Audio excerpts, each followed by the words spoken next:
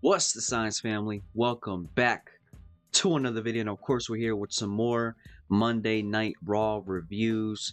Now, I didn't have enough time today to compile a montage video, a compilation video, whatever you want to call it, the slideshow style of video. I have work today, so I didn't really have time to sit down and watch Raw and really break down everything that I saw and do all that editing and stuff, you know what I mean? So I'm just gonna come on here, kind of just spit off the top of my head, the things that I saw from last night's Monday Night Raw, what I liked, what I didn't like. I'm gonna try to make this, really quick, nice and concise, because these videos do get a little long sometimes. I know the last one was like 20 minutes or something, and I know you don't want to sit through all that, so I'm gonna just try to, breeze through this real quick. Off the top of my head, man, the things that I liked, Penta, the triple threat match that he had with Pete Dunne and Ludwig Kaiser, I thought that was a really good match. Not sure where they're trying to go with that whole feud, but I like the match, man. They all know how to wrestle. They all put on great performances. They have great chemistry together.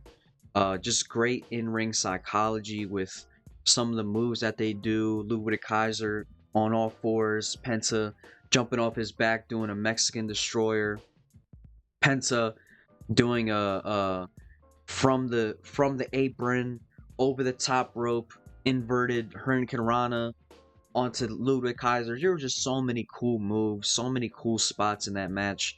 I really love Penta, man. Each week he's just growing on me more and more and more, and I can't wait to see what they do with him.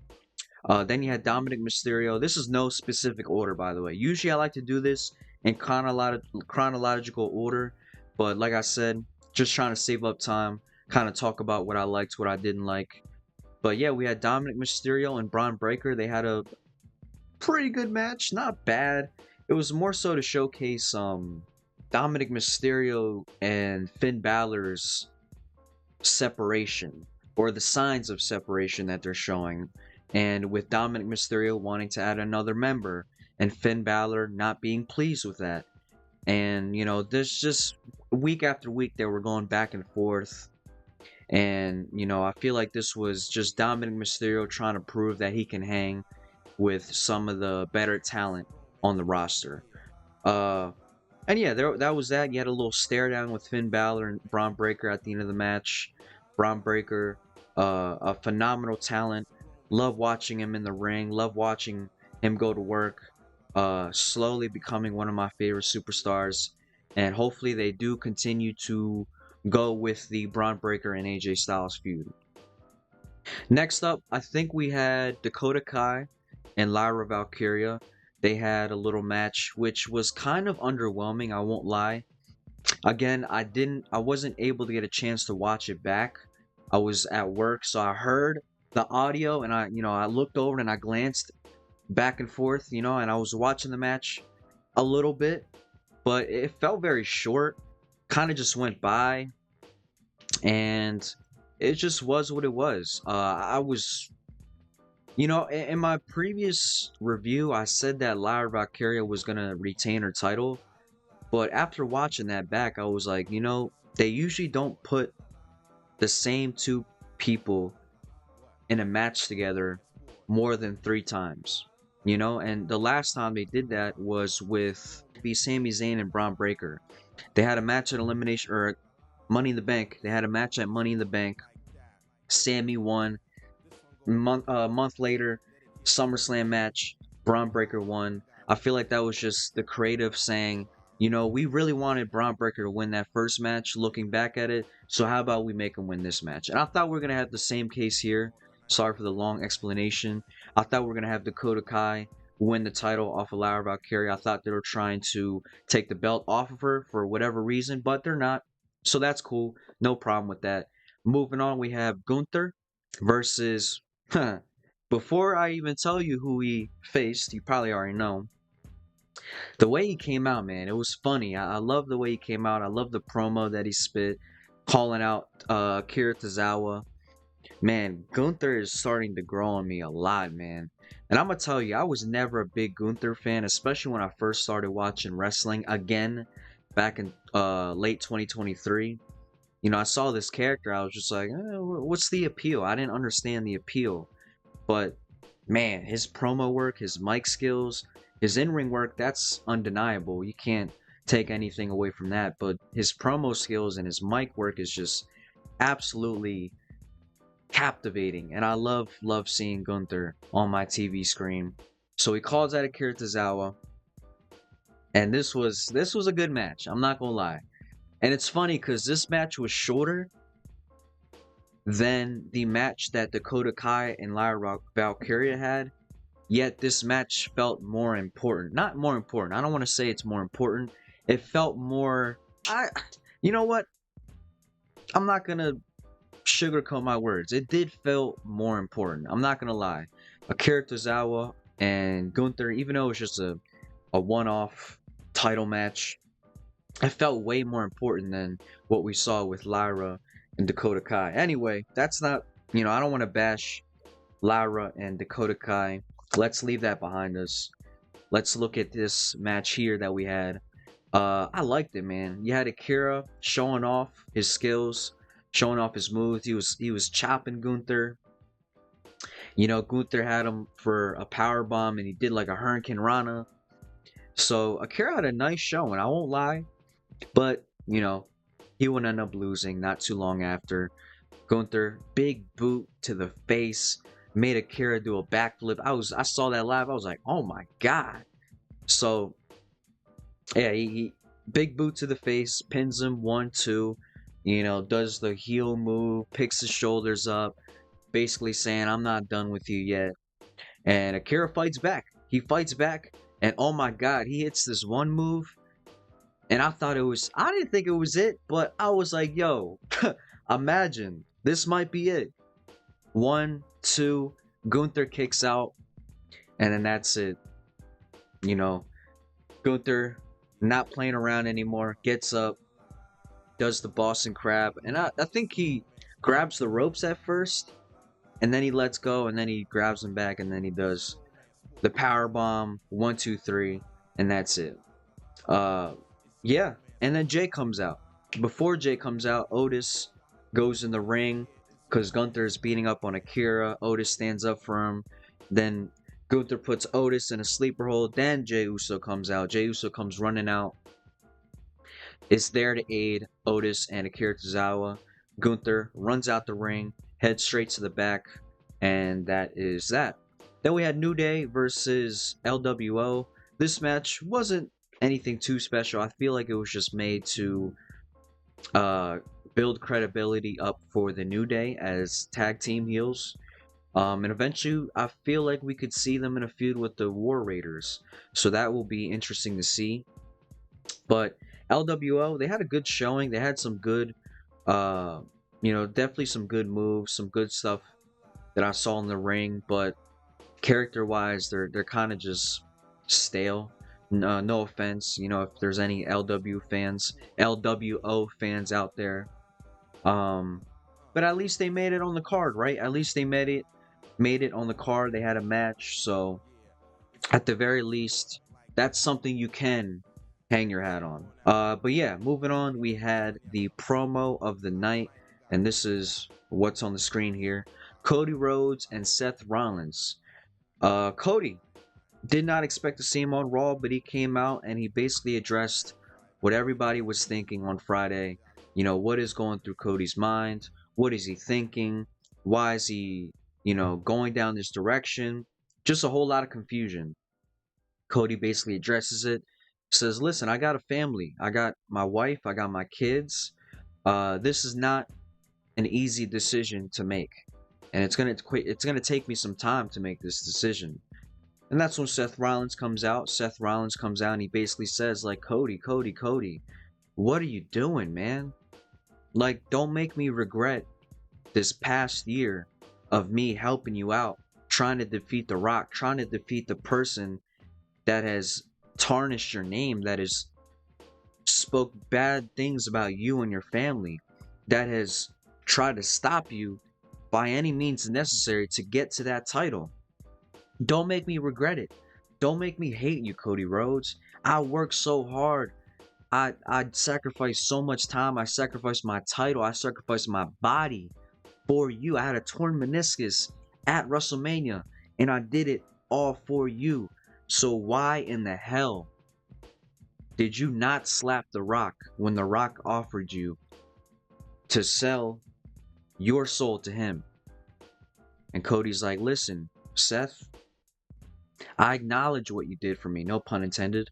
I acknowledge all the good things that you did for me. I acknowledge the time you took away from your family. I acknowledge the time that you took away from the WWE universe.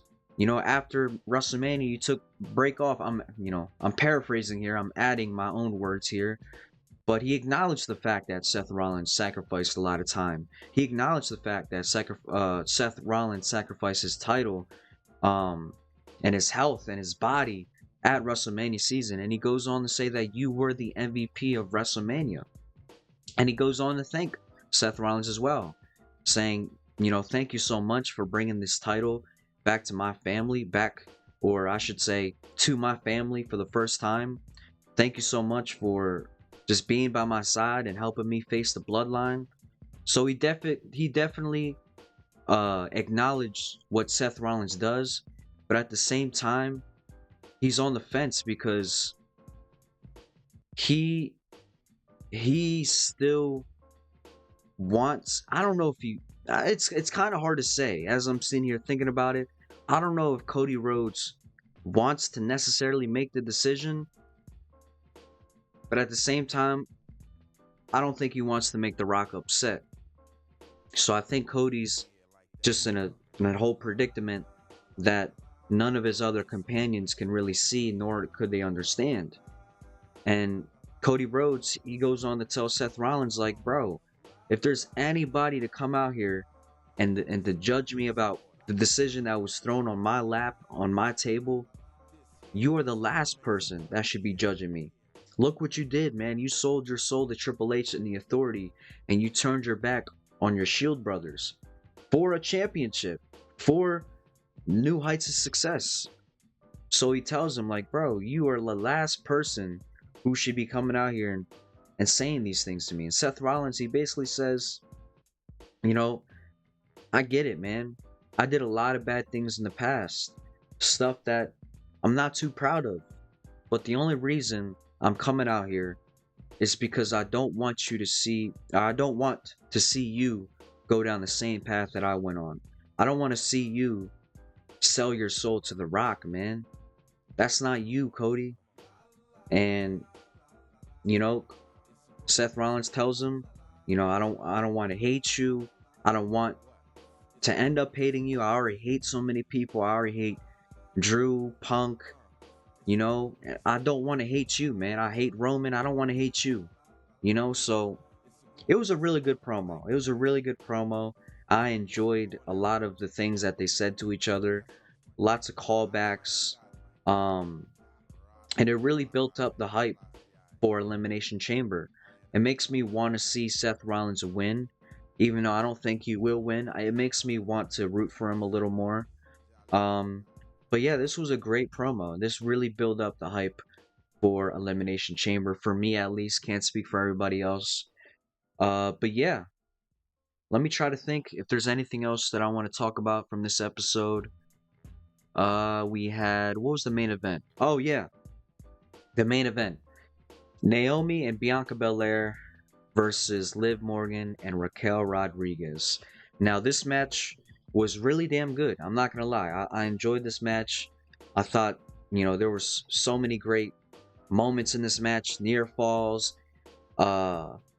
interferences by Dominic Mysterio. And it just felt like no matter what Naomi and Bianca Belair did, it didn't matter. Because there was just too many outside forces, too many outside interference involved. And ultimately, Liv Morgan and Raquel Rodriguez, would end up with the victory, becoming the new tag team champions for the third time. Man, I was not happy. I'm not gonna lie. I was not happy watching this. but I quickly remembered this is what I predicted. I predicted that Liv Morgan and Raquel Rodriguez would win the titles. I predicted that Naomi and Bianca Belair would drop the titles and they would move on to a feud, either against each other, either, in some form of fashion involving Jade Cargill. And I do think we will see Jade Cargill at Elimination Chamber. Not sure how they're going to bring her out, not sure when. I mean, obviously at the women's Elimination Chamber, but we'll see. We'll see. Uh, I wasn't happy, but now after I slept on it, it is what it is. I mean, let's be honest. Bianca Belair and Naomi, they held the tag team titles, but they didn't really do much with them. I don't even think they defended them that much. Probably once or twice off the top of my head. So it was time. It was time to drop these titles. Like I said, they weren't really doing much with them, and you want to move Bianca Belair back up into the main event. I feel like that's where she belongs. I feel like that's where she needs to be, especially if she's going to feud with Jade Cargill. So I understand. I get it. As far as Liv Morgan and Raquel Rodriguez, I'm happy for them. I'm happy for Liv Morgan. She's had a great past year, I guess you could say. Everybody's saying, like, Liv Morgan, she's had a great year. It's a new freaking year. You know what I'm saying? I guess, like, this past year, she's had a great year. If you want to say, like, from, like, WrestleMania, April of 2024 to, like, where we are now, then yes, I guess you could say she's had a great year. But she's having a new year right now as we speak. And she's already starting off hot with the tag titles. So, yeah. I don't know where they're gonna go with Liv Morgan and Raquel Rodriguez. Not sure who they're gonna have them feud with, but I'm here for it. Let's see what they do. Let's see what they do with the Judgment Day. Let's see if they add a new member. Let's see if Dominic gets more involved. Let's see if, because I saw the photo backstage with Liv, Raquel, and Dominic. And I was like, Dominic, what? Are you a tag champion too? You weren't even involved in the match. I mean, you helped them out and everything, but but yeah, that pretty much wraps up the Monday Night Raw review. That's all I gotta say. I don't think I left anything out, and if I did, I do apologize. Wanted to hit on the most important points of the night. But yeah, let me know what you guys think of this Monday Night Raw. What do you guys think of all the storylines? How do you guys feel for Elimination Chamber? Are you hype? Are you not as hype? Are you disappointed?